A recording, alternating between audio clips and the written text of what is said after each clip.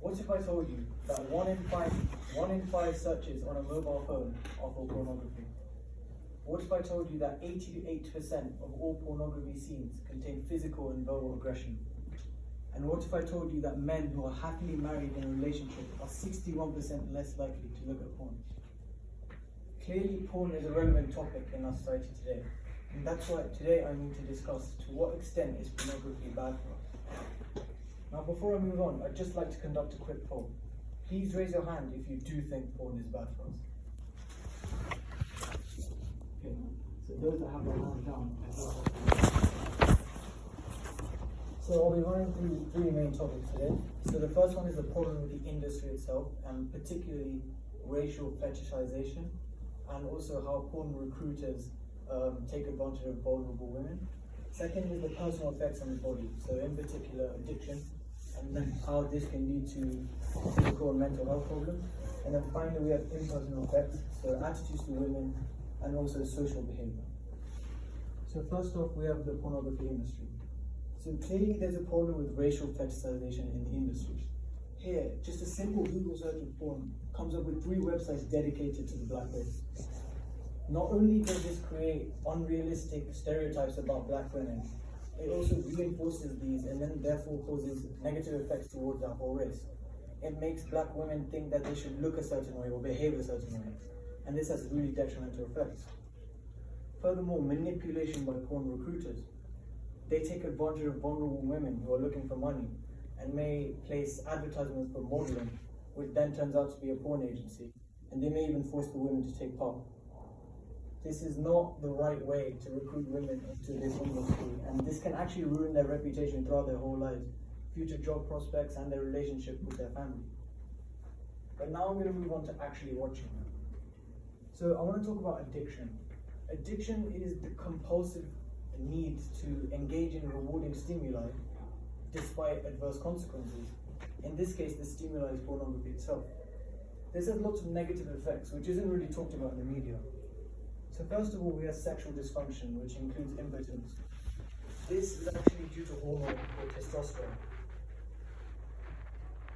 Here we can see testosterone levels during a 7-day abstinence from pornography, and as we can see, there's a huge spike after day 7 of not watching it. When one is addicted to pornography, testosterone levels are constantly low, and this is a hormone that drives our libido, which causes erections and stuff like that.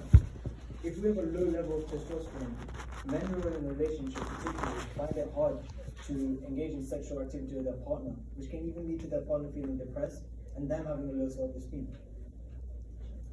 Furthermore, it can lead to antisocial behavior, which is caused by depression. And this can be explained by war hormone, which I'll be explaining. So here's a graph that shows how hormone levels act during pornography.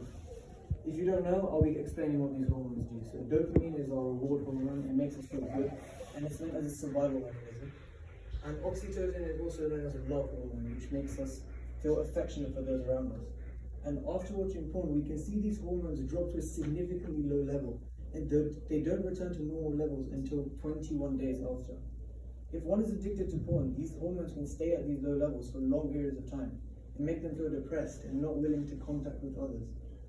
This is clearly a problem that isn't talked about enough, and it's not widely known that these hormones can have such a bad effect on our body. Finally, I want to talk about impersonal effects. So the biggest one is unhealthy attitudes towards women. Women are the title, the thumbnail, the face of porn. They're really an object that men use to fulfill their sexual desires. They're depicted as acting overly submissive and submitting to the power of the male. And there's even categories in pornography called forced, which is basically just rape.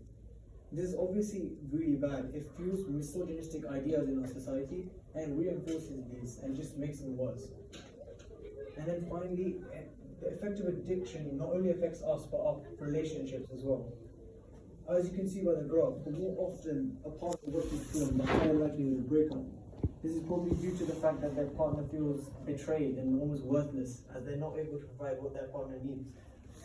So, yeah, porn not only affects you, but also the people you interact with.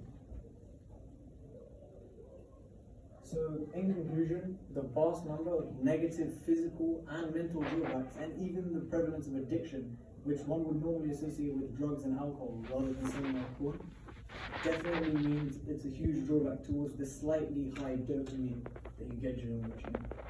And I hope that some of you realize that this is a much bigger topic than you think it is. And although you may think it's normal and healthy, it might not be in the same way as you think. Thank you.